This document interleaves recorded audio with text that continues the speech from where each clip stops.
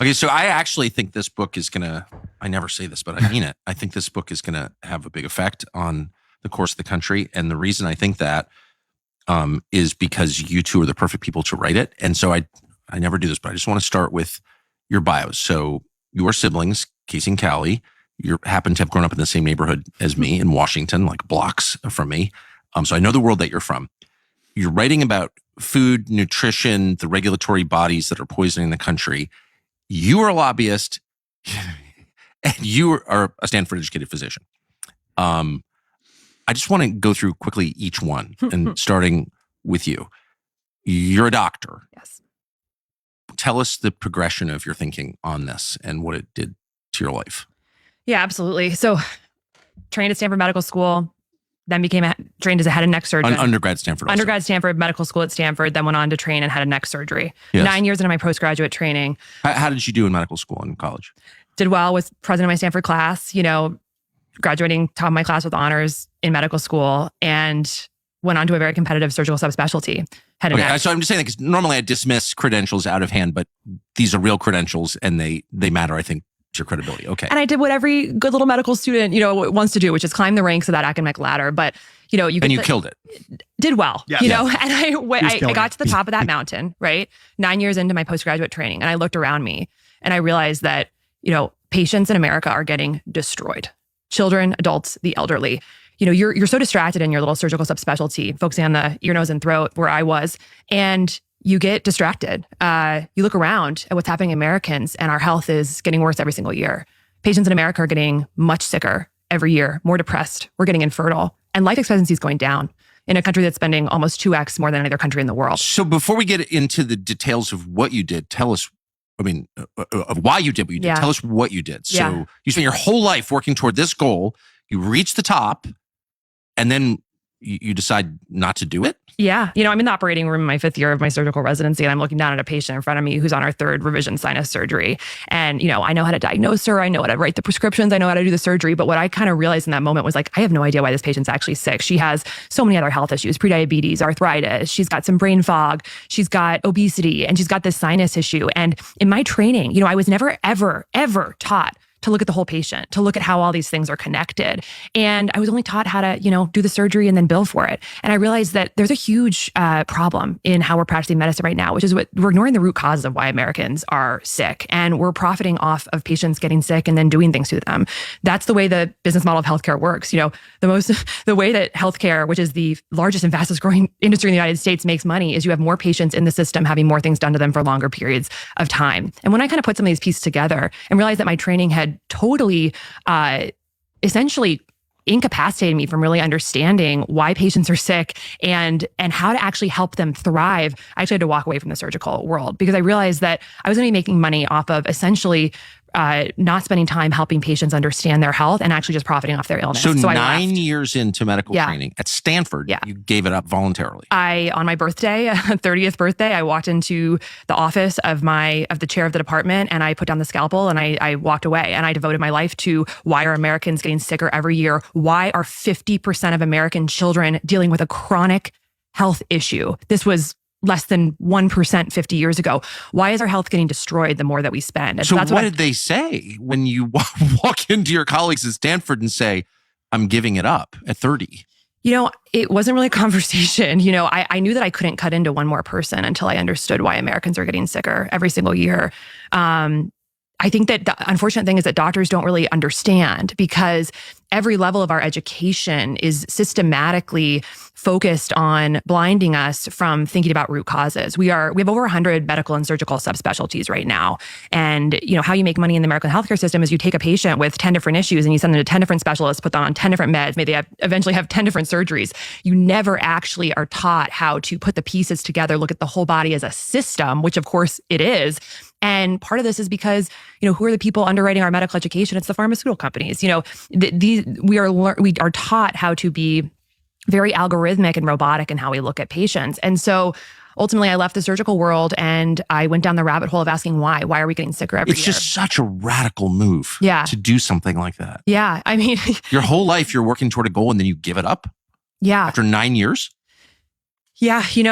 this is the thing that I understood and that I am working and we are spending our lives to evangelize for this book, Good Energy, is that the reasons why Americans are getting sicker every year are very simple. Americans want to be healthy. Americans do not want to die early. They do not want to see their kids with all these chronic health issues like autism and food allergies and obesity and prediabetes and 40% of teens with mental health issues. No one wants this, but the system is rigged against the American patient to create diseases and then profit off of them. This is happening across almost every lever of our major industries, from processed food to tech to pharma.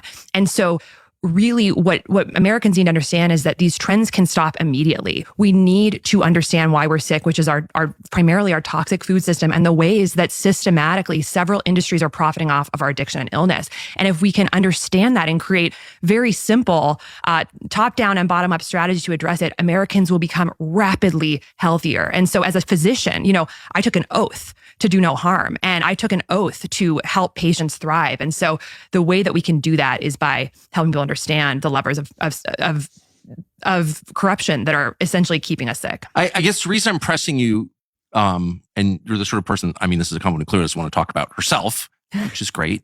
But I think it's relevant because it speaks to the intensity of your commitment and to your sincerity. So you're giving up the prize, you're giving up the money because you really believe this. Yes. And I think I just want to establish that at the outset. Thank you. Before we say anything more. So you're her brother. You're very close. I happen to know that. Mm. And you're obviously proud of your sister. She, president of her class at Stanford. It's the kind of thing like, oh, my sister's at Stanford. She's at Stanford Medical School. She decides not to practice surgery, the most impressive of all specialties. What's your reaction to this? I called her and said she was a complete idiot. We were raised in Washington, D.C., right next to you, kind of conditioned to climb up the ladder. Of course. I went to Stanford. I went to Harvard Business School. That was what life is about, just kind of collecting those credentials. Casey, research at the NIH, as we talked about, top of her Stanford med school class. To me, that was it. And truly, and you hit on this, she had this is her life. This was her identity. This is everything to her.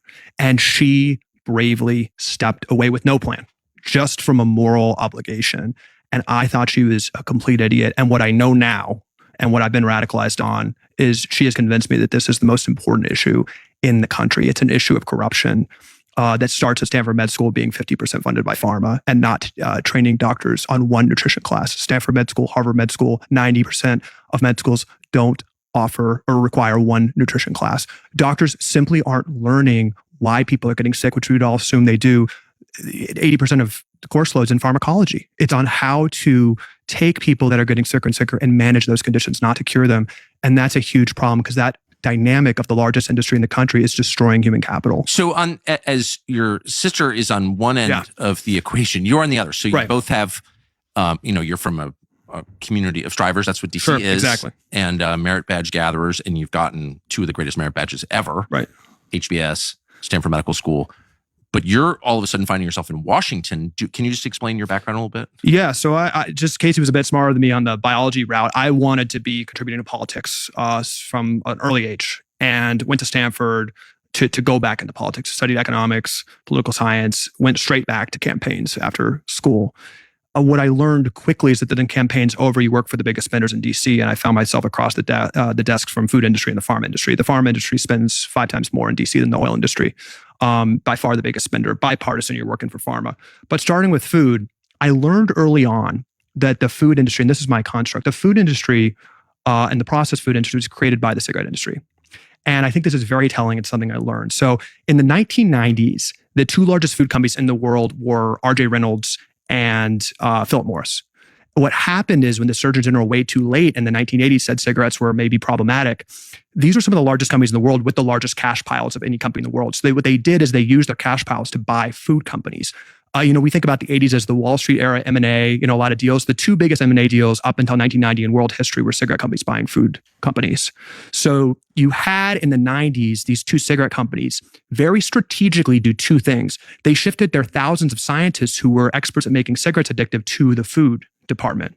So we had the rise of ultra-processed food where our food now is a science experiment. The second thing they did is they shifted their lobbying. So the cigarette industry, of course, was the biggest, lobbying spenders and had a good playbook. They shifted their playbook on lobbying and rigging institutions of trust to food. So they created the food pyramid. So the cigarette industry, through the food companies they bought paid off the FDA, the USDA, Harvard to create reports saying sugar doesn't cause obesity. And they lobbied for the food pyramid in the 1990s, we all remember, which said, animal-based fats are bad, carbs are good. Remember, carbs and sugar were basically the base of the pyramid. So the American diet, because of that, because we trust our medical institutions, which they know, we shifted our diet significantly to ultra-processed food. It was very intentional, the food pyramid. That was a ultra-processed food marketing document that carbs were fine, sugar was fine.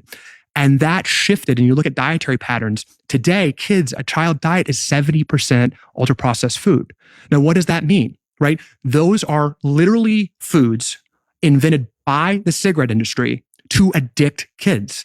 Obviously we've got sugar, but there's thousands of different ingredients and science concoctions that scientists work in a lab to make it more palatable, to make it more addictive. So food consumption, calorie consumption has skyrocketed. And the byproduct of these toxic ingredients that the cigarette industry I watched and helped with this, bought off the USDA, bought off the FDA, is they wreak havoc among our cells. The foundation of our diet is ingredients that we aren't biologically made to eat, that didn't exist 100 years ago. The foundation of our diet is three things when you look at any label. It's added sugar, processed sugar, which basically didn't exist 100 years ago. It's just from natural sources. Ultra-processed grains, which were invented 100 years ago. The processing takes the fiber off. They're basically hidden sugars, devoid of nutritional value. And seed oils. Seed oils are the top source of American calories. And this is actually seed oils are the top source of American calories. Soybean oil, canola oil. This is the baseline of American calories right now. And these seed oils were actually created by John D. Rockefeller as a byproduct of oil production. It's basically engine lubricant. And the Rockefeller and those aligned with him actually lobbied to have this suitable for human consumption. That's how seed oils came into the American diet. They're much cheaper, but they're highly inflammatory. And just by definition, just at the highest level, these ingredients and all the chemicals we can't name that are in ultra-processed food are not natural ingredients that our bodies are made to handle. So there's, as we talk about in Good Energy, this produces a lot of side effects to our cells. The food industry isn't trying to kill Americans. They're trying to make food cheap and addictive. And what I learned, in the morning meeting with the food companies trying to lobby and influence the USDA being the lifeblood of nutrition research, paying off, nutrition research at Harvard and Stanford as a junior employee, shocked by that. So you saw that? Oh, my first week, as working for these industries, it was a list of top professors. And the food industry pays 11 times more for foundational nutrition research than the NIH. You go to any nutrition school in the country, the lifeblood of their school, they'll proudly admit this is from the processed food industry. In the past 2 years, there's been 50,000 peer-reviewed research studies on nutrition. We're the only animal that has peer-reviewed nutrition studies, and we're the only animals that are systematically obese, diabetic, and being crippled by metabolic dysfunction. We're born with an innate sense of knowing what's right for us. The problem very strategically, and this is well known among the industry, is that ultra-processed food does, because they're able to do this science experiment with our food, it hijacks our biology, it hijacks our satiety signals. High fructose corn syrup, fructose, it makes us want to eat more. Because in the wild, when you see a bunch of fruit out there, you're well advised to eat it, historically. We've basically rigged our biology to hijack our signals that, make us satiated. So that's what ultra-processed food does. So that's the food industry, okay? The food industry actually, with their own set interests, want to make food addictive and cheaper. It kind of makes sense.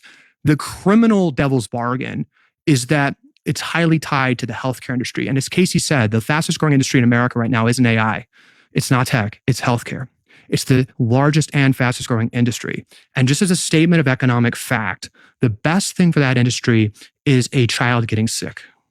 When a child gets sick, or any American gets sick with a chronic condition, with diabetes, obesity, kidney disease, heart disease, whatever, they go on a lifetime medication. They go on the metformin, they go on the statin, they have lifetime treatments. And they keep racking up more comorbidities. If you're diabetic, you have an average of 4 other comorbidities. So you keep racking up, but you don't die, you just suffer. You inevitably get infertility, depression. You start racking them up. So that's very good for the medical system to have these chronic conditions that need to be managed. Just from a pure economic standpoint, that's how the system's set up. That's all happening largely because of our food system and other metabolic habits we can talk about, but largely because of our rise of ultra-processed food that's really hacking our cells and really hijacking our cells. The criminal part, the devil's bargain, is that the healthcare system, you'd expect to be speaking out about why we're getting so sick. But they're not only silent on the reasons, they're not only trained Casey the first day of Stanford Med School that we're basically taking it as a given that people are lazy and going to get sick. We're just going to profit from treating them. They're silent on that. They're actually complicit. Working for Coke, I helped steer money to the American... Coca-Cola. Yeah, working for Coca-Cola, they actually pay money to the American Diabetes Association. They actually pay money to the American Academy of Pediatrics. If there's one thing the American Diabetes Association, which sets the standard of care for diabetes management, should be doing, they should be saying, we're not going to accept money from Coke, which is diabetes water. They accept money from Coke. So there's that's like Tyson Chicken subsidizing PETA. Right. You know, it doesn't kind of make any sense. It doesn't make sense. For 35 years, Liberty Safe has been the #1 manufacturer of safes made in this country, American made, from start to finish. They make high-quality gun safes. I've got one. Vault doors, home safes, handgun vaults, whatever you need to protect the things you value. And again, I can tell you from personal experience, these guys know what they're doing. I use Liberty safes for the things that I don't want stolen, the things that really matter. My father's shotguns, the documents that I've got to have, and a lot more. I'm not going to tell you what else. But you need one. Crime rates are way up. And if you have anything you would like to protect, that you need to protect, Liberty Safes is the way to do it. Now, Liberty Safe has over 350 dealers nationwide who specialize in delivery and installation and answering any questions you have. If you've got somebody to protect, they've got a way to protect it. Visit libertysafe.com, pick out what you need, and be sure to use the code Tucker at checkout to let them know that we sent you. They'll take care of the rest. Liberty Safe is a product we fervently believe in. With Liberty Safe, you are always protected. Wait, so okay, thank you. So you work for Coca-Cola, you were at Stanford Medical School, and both of you have converged on what I think is a kind of evangelism. I say that as a compliment. And this book is the result of that. What can you just give us the baseline condition of health in the United States? Absolutely. So the word I used earlier, destroyed, is not hyperbolic in any way, shape, or form. 74% of American adults now are overweight or obese. Close to 50% of children are overweight or obese. 120 years ago, when someone was obese, there were case reports written about it. Yes. Literally, there were people in the circus if you had obesity. Sideshow fat. Yeah, it was so unusual. It was so unusual. It is now 74% of our country. 77% of young adults are unfit to serve in the military because of these issues like obesity. Now let's talk about diabetes.